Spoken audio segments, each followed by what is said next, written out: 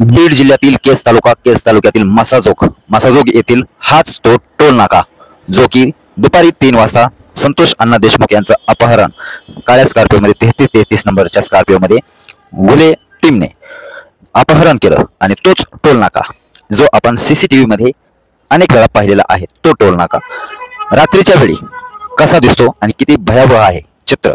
ज्या ठिकाणी संतोष अण्णा देशमुख यांचं अपहरण झालं हेच ते शेजारचे 2 बंगले आणि याच ठिकाणी जे तुम्ही आता पाहता याच ठिकाणी स्कॉर्पिओ चक्र मारत होते आणि इथूनच केजच्या दिशेने गेली आणि संतोष अण्णा देशमुख यांच्या गाडीचा पाठलाग करून अपहरण केलं आणि तिथून अपहरण झाल्यानंतर संतोष अण्णा देशमुख यांचे आतेभाऊ बारकी पांढरी गाडी घेऊन पुढे आले याच टोल नाक्यावरून आणि याच टोल नाक्याच्या पुढे ह्या ज्या आता छोटे छोटे तुम्हाला 2 रूमा दिसतात या ठिकाणी गाडी लावली आणि इथे साईडला उभा राहून मसाजोगमध्ये धनंजय देशमुख यांना फोन लावला आणि संपूर्ण काही हकीकत घडलेली सांगितली आणि नंतर मसाजोग गावातील संपूर्ण तरुण मंडळ 100 ते 150 गाडी केजला पोहोचली आणि पोलीस स्टेशनमध्ये जाऊन तक्रार दिली आणि तिथून पुढील जो काही घटनाक्रम घडला तिथून पुढे जे काही घडलं ते आपणा सर्वांना ती स्टोरी माहिती आहे। आणि हा टोल नाका रात्रीच्या वेळी सुद्धा किती भयावह दिसतो, आसपास वस्ती नाही आणि लांबून जर हा टोल नाका पाहिला तर किती भयावह दिसतो आपल्याला।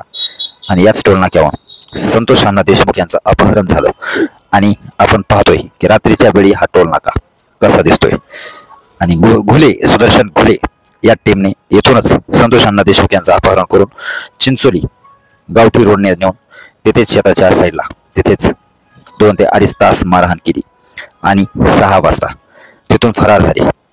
दैठणा घाटामध्ये त्यांना मारहाण करण्यात आली चिंचोली येथे आणि त्यांना गाडीमध्ये तसंच टाकून बेशुद्ध अवस्थेत दैठणा परिसरामध्ये फेकून देण्यात आलं।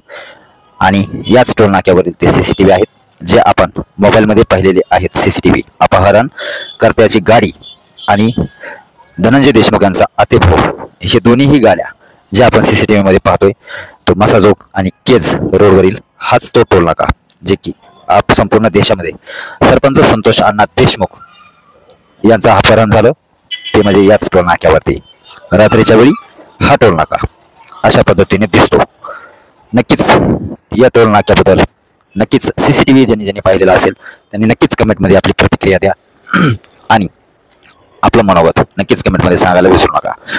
या घटनेनंतर संपूर्ण बीड जिल्ह्यामध्ये राजकीय घडामोडी सुद्धा होत गेल्या आणि बीड जिल्हा नाही मराठवाडा नाही तर महाराष्ट्र आणि देशामध्ये बीड जिल्हा हा अव्वल क्रमांकाला राहिला आणि 3 महिन्यापासून बीड शिवाय कोणतीही बातमी चालली नाही आणि बीड जिल्ह्यामध्ये सुद्धा एका पाठोपाठ एक क्राईम ओपन होत राहिले आणि प्रत्येकाचे काही कारनामे समोर येत राहिले। यामध्ये आरोपींनाही पकडण्यात आलं। अन्यायाच्या विरुद्ध बाजूने न्याय मिळावा म्हणून सर्वांनी आक्रमक भूमिका घेतली आणि आरोपींना जेलबंद सुद्धा करण्यात आलं। आरोपपत्र सुद्धा पुराव्यानिशी दाखल करण्यात आलं आणि यावर आता सुनावणी लवकरच होणार आहे। आणि यामध्ये संपूर्ण नेते मंडळी असतील, सामाजिक कार्यकर्ते असतील, सर्वांचेच काही कारनामे जे इथून मागे इतिहासामध्ये घडलेले आहेत वर्षाखाली 2 वर्षाखाली जे काही व्हिडिओज असतील, ऑडिओ कॉल असतील, सर्वांचे समोर आणले जात आहेत, टार्गेट केलं जात आहे। आणि यामध्ये कितीही जुना व्हिडिओ असेल ती घटना घडलेली आहे आणि तो अन्याय त्या व्यक्तीवर झालेला आहे हे आपल्याला नाकारता येणार नाही। यामध्ये आता सतीश भोसले उर्फ खोक्या असेल हे सुद्धा तेवढंच गंभीर प्रकरण आहे। शेकडोवर हरिण, शेकडोवर मोर यांची त्याने शिकार केलेली आहे आणि तो तस्करी सुद्धा करत होता असं सुद्धा समोर आलेलं आहे। तो सध्या पोलिसांच्या कस्टडीमध्ये आहे आणि त्याच्यावर सुद्धा कारवाई करण्यात आलेली आहे।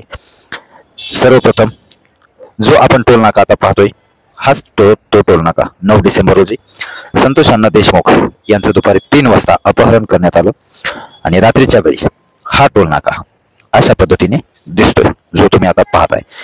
आणि जो तुम्ही आता हा टोल नाका पाहताय येथूनच ती काळी स्कॉर्पिओ 33 नंबरची सुदर्शन घुलेची ती गाडी याच टोल नाक्यावरून चक्रा मारताना आपण सीसीटीव्ही पाहिलेला आहे। आणि अपहरण झाल्यानंतर या समोर दिसणाऱ्या 2 रूमा जवळ संतोष देशमुख यांचा आतेभाऊ उभा राहून फोन त्यांनी लावलेला आहे आणि कळवलेला आहे की संतोष भाईचं अपहरण झालेलं आहे आणि ते अपहरण कोणी केलं त्यांचे चेहरे सुद्धा त्यांच्या आतेभावाने पाहिले होते। त्यामुळे संपूर्ण काही या केसेसचा उलगडा होण्यास सुरुवात झाली ते म्हणजे त्यांच्या आतेभावामुळे। सरपंचांसोबत त्यांचा आतेभाव होता, इथूनच त्या आरोपींची ओळख झाली आणि नावासहित पोलिसांमध्ये तक्रार देण्यात आली आणि तिथून पुढेच संपूर्ण या घटनेला संपूर्ण काही आरशासारखे समोर प्रकरण यायला सुरू झाली। यामध्ये नक्कीच बीड जिल्ह्यातील क्राईम रोखण्यासाठी नक्कीच आता महाराष्ट्राचे मुख्यमंत्री आणि बीड जिल्ह्याचे पालकमंत्री अजितदादा पवार सर्वांनी यामध्ये आता लक्ष घातलेलं आपण पाहतोय. लवकरच संतोष अण्णा देशमुख यांना न्याय मिळेल ही आशा महाराष्ट्राकडून केली जाते आहे, सरकारकडून आशा बाळगली जाते. तर नक्कीच न्यूज तडका चॅनल सबस्क्राईब करा, बेल आयकॉन घंटीला प्रेस करा. धन्यवाद.